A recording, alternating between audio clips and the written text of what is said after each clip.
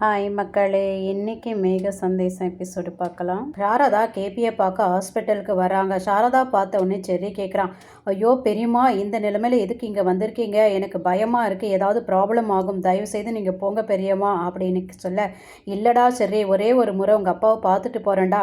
அவரை பார்க்காம எப்படா என்னால் இருக்க முடியும்? ஒரு பக்கம் என் பையனை போலீஸ் துரத்துது, இன்னொரு பக்கம் புருஷன் இப்படி படுத்து கிடக்கிறாரு, எப்படா என்னால் நிம்மதியாக வீட்டில் இருக்க முடியும்? தயவு செய்து ஒரே ஒரு முறை நான் பார்த்துட்டு போகிறேன்டா அப்படின்னு சொல்ல, சரி பெரியம்மா அப்படின்னு இவர் சொல்ல, முடியாது, நீ பார்க்கவே முடியாது, நீ உள்ளே போகக்கூடாது அப்படின்னு திடீர்னு வந்த மீரா சொல்கிறா.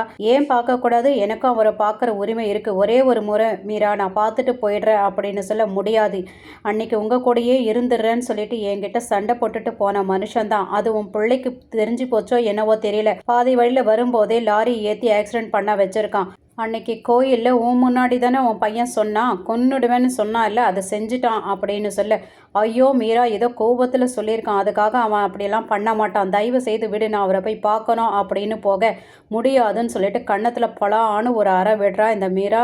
சாரதாவோ அதை பொருட்படுத்தாமல், ப்ளீஸ் மீரா ஒரே ஒரு முறை பார்க்க விடுன்னு கெஞ்சுறாங்க. முடியாதுன்னு சொல்லி துரத்தி விடுறா.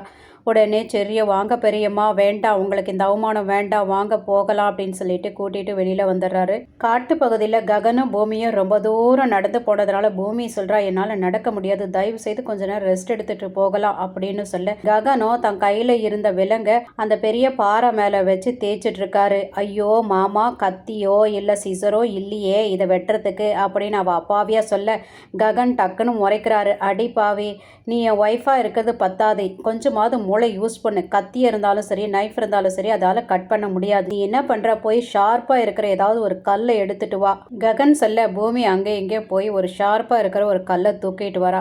சரி அடி அப்படின்ன உடனே, ஐயோ எனக்கு பயமாக இருக்குது அப்படின்னு அவ சொல்ல, சரி பயப்படாத, தைரியமாக அடி அப்படின்னு சொல்ல, அவள் கண்ணை மூடிக்கிட்டு, சாமி அப்படின்னும் போது, அடி பாவி, கண்ணை மூடிக்கிட்டு எங்கே அடிப்பேன்னு தெரியாமல் எதனா என் மேலே அடிச்சிட்டு போகிற, தயவு செய்து கண்ணை திறந்துக்கிட்டு ஷார்ப்பாக இதை குறி பார்த்து அடி அப்படின்னு சொல்ல, இல்லை எனக்கு ரொம்ப பயமாக இருக்குது, நான் எங்கேயாவது உங்களை அடிச்சிடணும்னு பயமாக இருக்குது அப்படின்னு சொல்ல, பயப்படாமல் அடின்னு சொன்னால் நிஜமாவே கை விரல் மேலே அடிச்சிட்றா. ககனால் வலி தாங்க முடியல. அதுக்கப்புறம் ககன் எப்படி அடிக்கணும்னு எக்ஸ்பிளைன் பண்ணுறாரு. நீ பரதநாட்டியம் ஆடும்போது உன்னோட கவனம் எல்லாம் ஸ்டெப்ஸ் மேலே இருக்கும்ல, அதே மாதிரி உன் கவனம் ஃபுல்லாக இந்த ஹேண்ட் கப்ஸ் மேலே வச்சு அடி அப்படின்னு சொல்ல, அடிக்கிறா, உடைஞ்சிருது. பூமி பசிக்குதுன்னு சொல்ல அங்கே இங்கே தேடுறாரு, ஏதாவது பழங்கள் கிடைக்குமா அப்படின்னு. அப்படி பார்க்கும்போது நாகப்பழம் கிடைக்குது. ரெண்டு பேருமே ஊட்டி விட்டுக்கிறாங்க. போலீஸு தேடிட்டே வரும்போது போலீஸ் பார்த்துட்ட உடனே பூமியால் நடக்க முடியலன்னு ககன் தூக்கிட்டு ஓடுறாரு. அந்த போலீஸு அதை வீடியோ எடுத்து சூர்யாவுக்கு அனுப்பிவிட, சூர்யா அந்த வீடியோவை சரத்சந்திராவுக்கு அனுப்பி விடுறாரு. சரத்சந்திரா அந்த வீடியோ ரொம்ப நேரம் பார்க்காதனால சரத்சந்திராவுக்கு ஃபோன் பண்ணி, ஆமாம் உங்கள் பொண்ணு வீட்டில் தான் இருக்காளா அப்படின்னு கேட்க, ஆமாம் என் பொண்ணு வீட்டில் தான் இருக்கா அப்படின்னு அவ சொல்ல, ஓ நான் அனுப்பின வீடியோ நீங்கள் இன்னும் பார்க்கல, அதனால தான் இப்படி சொல்லிட்டு இருக்கீங்க, முதல்ல அனுப்பின வீடியோவை பாருங்கன்னு சொல்ல பார்க்குறாரு. அதாவது ககன் பூமியை தூக்கிட்டு ஓடுற அந்த வீடியோவை பார்க்குறாரு. பார்த்துட்டு சூர்யாவுக்கு ஃபோன் பண்ணி அவங்க எங்கே இருக்காங்க அப்படின்னு கேட்க, ஏதோ ஒரு காட்டு பகுதியை சொல்கிறாரு, இங்கே தான் அவங்க ஒளிஞ்சிட்டு இருக்காங்க அப்படின்னு சொல்ல, தோ நானும் இப்போ துப்பாக்கி எடுத்துகிட்டு வரேன், என் கையால் தான் அவனுக்கு சாவு அப்படின்னு சரத்சந்திரா சொல்ல, அதை தான் நானும் எதிர்பார்க்குறேன் வாங்கன்றாரு சூர்யாவும்.